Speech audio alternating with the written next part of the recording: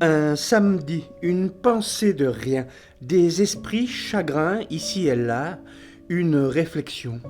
Que doit-on faire avec...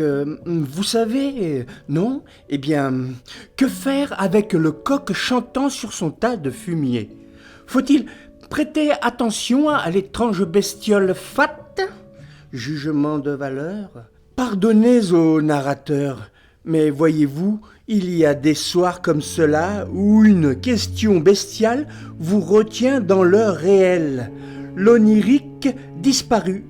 Cocorico! Insistait le gallinacé, poitrail gonflé, fierté assurée, vérifiant à chaque instant la complaisance de la basse-cour. Du haut de son trophée, regard menaçant, le coq affirmait: « C'est ma chose, mon trésor. Quiconque convoiterait le tas de merde aurait affaire à lui. » Plumage luisant, l'orgueilleux revendiquait sa légitimité. Il aspirait à être couronné. Quoi au juste? À vrai dire, personne ne le savait vraiment.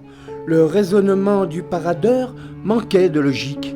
Il exigeait de l'admiration, réclamait de l'amour, mais en même temps vous ordonnait de courber les chines. L'autre soir, au coucher du soleil, il était allé pleurer sur l'épaule de Dame Poule. « Je veux pas mourir !» Sa détresse, son désarroi le rendait soudainement touchant, aimable. Derrière la cuirasse, il y avait une âme d'enfant. La veille, la drôle de bête avait appris une mauvaise nouvelle. La petite grosseur suspecte n'était pas inoffensive. Le vétérinaire lui avait confirmé la malignité de la chose.